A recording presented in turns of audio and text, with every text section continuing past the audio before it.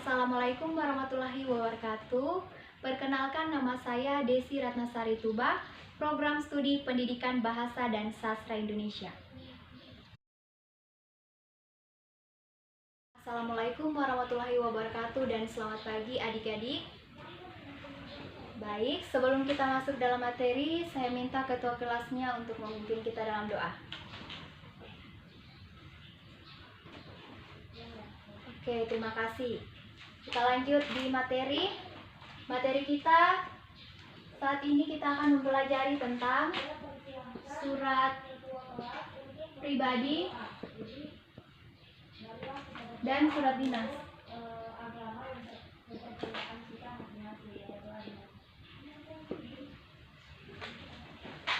Nah, sebelum kita lanjut, adik-adik bisa lihat di papan tulis yang ibu sudah tulis.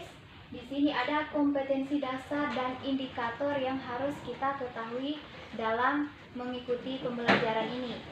Kompetensi dasar yang pertama ini mengidentifikasi informasi, kabar, keperluan, permintaan, atau permohonan dari surat pribadi dan surat dinas yang dibaca dan didengar. Kemudian, indikator pencapaiannya yang pertama, menyimpulkan ciri umum surat pribadi dan surat dinas pada teks yang dibaca atau didengar. Kemudian yang kedua, mendaftar kata atau kalimat sebagai ciri surat pribadi dan surat dinas pada teks yang dibaca atau didengar. Jadi, ini yang harus kita ketahui dalam pembelajaran ini. Kemudian, kita lanjut di tujuan dalam pembelajaran ini.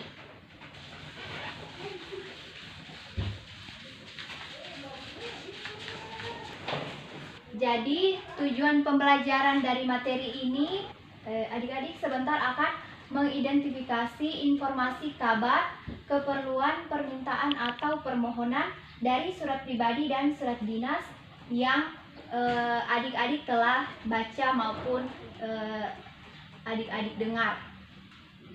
Jadi ini tujuan pembelajaran kita saat ini. Oke, kita lanjut di materi.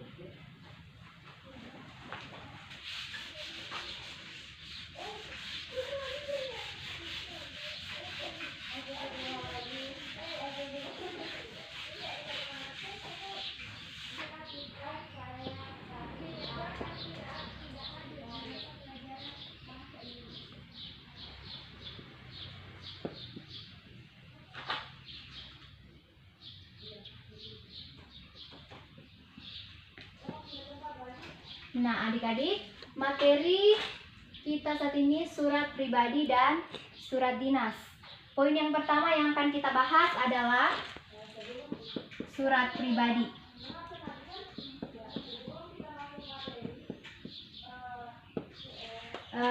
Saya rasa adik-adik mendengar atau melihat kata surat pribadi ini pasti sudah tidak asing lagi ya. Sudah sering kita dengar. Mungkin ada yang bisa jelaskan apa yang dimaksud dengan surat pribadi? Oke, tidak ada. Baik, Ibu akan menjelaskan. Nah, surat pribadi adalah surat yang digunakan untuk berkomunikasi secara pribadi, bersifat tidak resmi. Nah, surat pribadi ini hanya berisi mengenai hal-hal pribadi saja. Perlu kita ketahui bahwa dikatakan surat pribadi pastinya ditulis oleh seorang individu atau perseorangan. Seperti contohnya seperti besok misalnya ketua kelas besok tidak akan hadir di kelas karena mungkin beralasan sakit atau mungkin ada acara keluarga, pasti dia akan menulis surat untuk wali kelasnya. Nah, seperti itu. Baik, untuk lebih jelasnya ada unsur-unsur yang harus kita ketahui saat kita menulis surat pribadi. Yang pertama tempat dan tanggal pengiriman surat.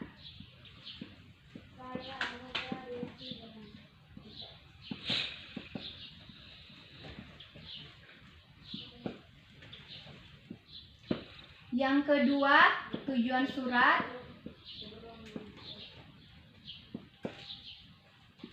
Yang ketiga, salam pembuka.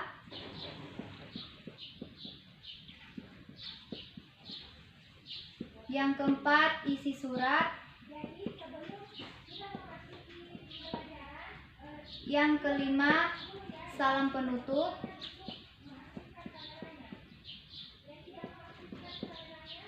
Enam, identitas pengirim surat.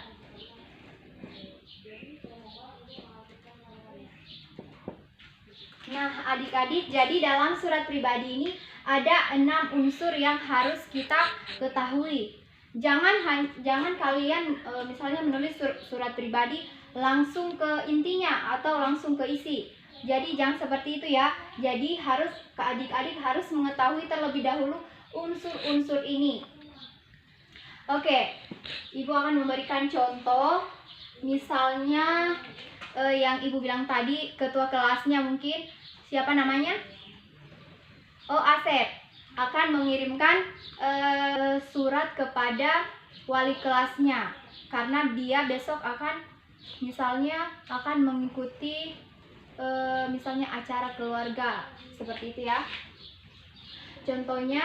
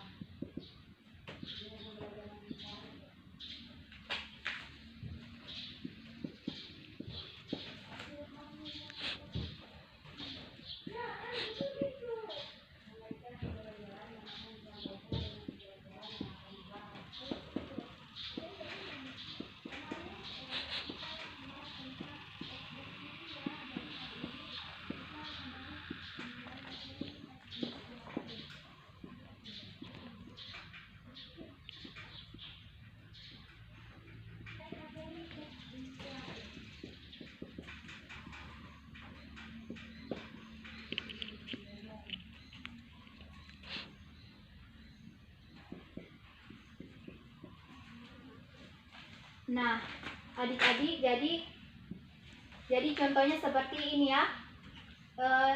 Tempat dan tanggal pengiriman suratnya. Ini Palu 17 April 2021. Kemudian tujuan suratnya untuk siapa? Untuk wali kelas 7 di SMP Negeri 19 Palu. Kemudian salam pembukanya, Assalamualaikum warahmatullahi wabarakatuh. Kemudian isi suratnya ini, misalnya seperti yang Ibu bilang tadi ya, Asep, misalnya dia bilang, Bu, besok saya izin tidak hadir di sekolah karena ada acara keluarga. Misalnya ya, seperti itu. Kemudian salam penutup, Wassalamualaikum warahmatullahi wabarakatuh. Identitas pengirim, identitas pengirim surat pasti nama Asep ya yang ditulis di bawah, bukan nama wali kelasnya, bukan nama gurunya. Harus nama yang menulis surat itu. Nah, sudah jelas ya? Oke. Kalau dari materi ini ada yang masih kurang paham? Oke, sudah paham. Jadi ada 6 unsur yang harus kita ketahui saat kita menulis surat pribadi. Kita lanjut di surat dinas. Ada yang tahu apa yang dimaksud dengan surat dinas? Kalau ada silakan angkat tangan. Oke, tidak ada. Nah, adik-adik, jadi yang dimaksud dengan surat dinas adalah surat yang dikirimkan oleh suatu instansi atau lembaga kepada perseorangan atau ke instansi lain yang berisi mengenai hal-hal kedinasan. Nah, yang perlu kita ketahui juga, surat dinas ini disebut juga sebagai surat resmi. Jadi, dia resmi, formal, seperti itu. Kemudian, dalam surat dinas ini ada beberapa unsur juga yang harus kita ketahui. Yang pertama, kepala surat atau kop surat. Yang kedua, nomor surat. Yang ketiga, tanggal surat. Yang keempat, lampiran surat. Yang kelima, perihal surat.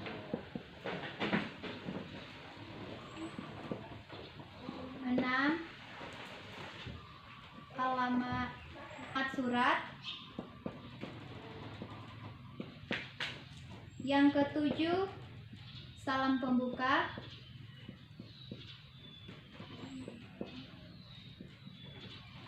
Yang kedelapan, isi surat. 9, penutup surat.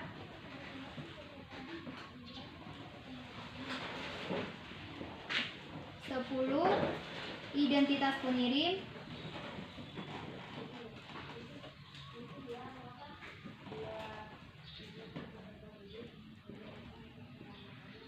Yang terakhir, salam penutup.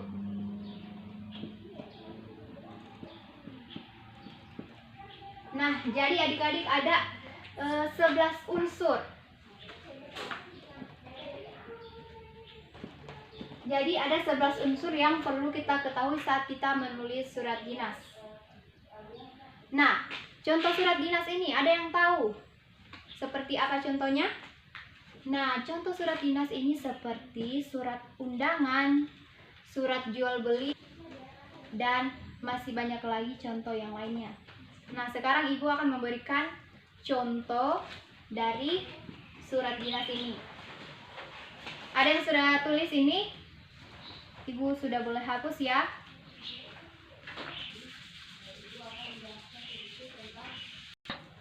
Nah, misalnya Ibu akan memberikan contoh surat dinas, surat undangan. Contohnya misalnya panitia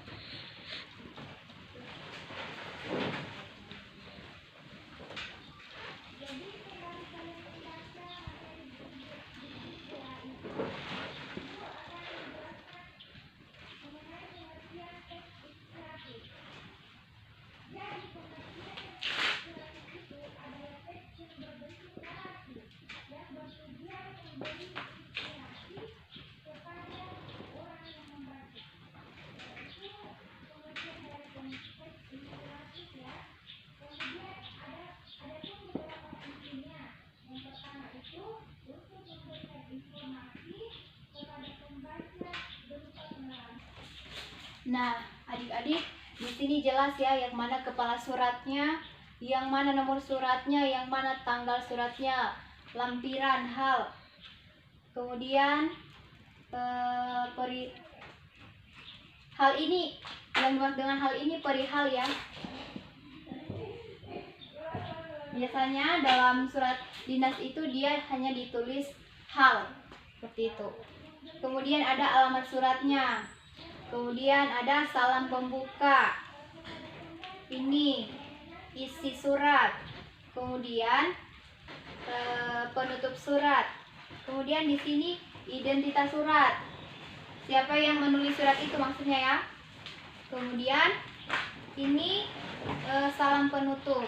Jadi jelas ya di sini dari unsur-unsur yang Ibu sudah tulis tadi bisa kelihatan di sini dari contoh yang Ibu tulis ini ya. Ada yang mau bertanya tentang surat pribadi dan surat dinas? Oh, ketua kelas mau bertanya. Oke, silakan. Oke, pertanyaannya, apa perbedaan surat pribadi dan surat dinas? Nah, adik-adik, Ibu sudah katakan tadi bahwa surat pribadi itu dia bersifat tidak resmi. Berbeda dengan surat dinas ya, dia bersifat resmi, lebih formal. Seperti itu. Bisa dipahami? Karena surat pribadi ini dikatakan pribadi, berarti dia ditulis oleh seorang individu. Seperti itu. Dibuat oleh perseorangan saja. Sudah paham? Oke. Jadi jika adik-adik sudah paham yang Ibu jelaskan mengenai surat pribadi dan surat dinas, tugasnya minggu depan kalian membuat surat pribadi dan surat dinas masing-masing satu contoh ya. Surat pribadi 1, kemudian surat dinas 1. Bisa? Oke. Baik, materi kita sampai di sini. Ibu ucapkan Assalamualaikum warahmatullahi wabarakatuh dan selamat pagi.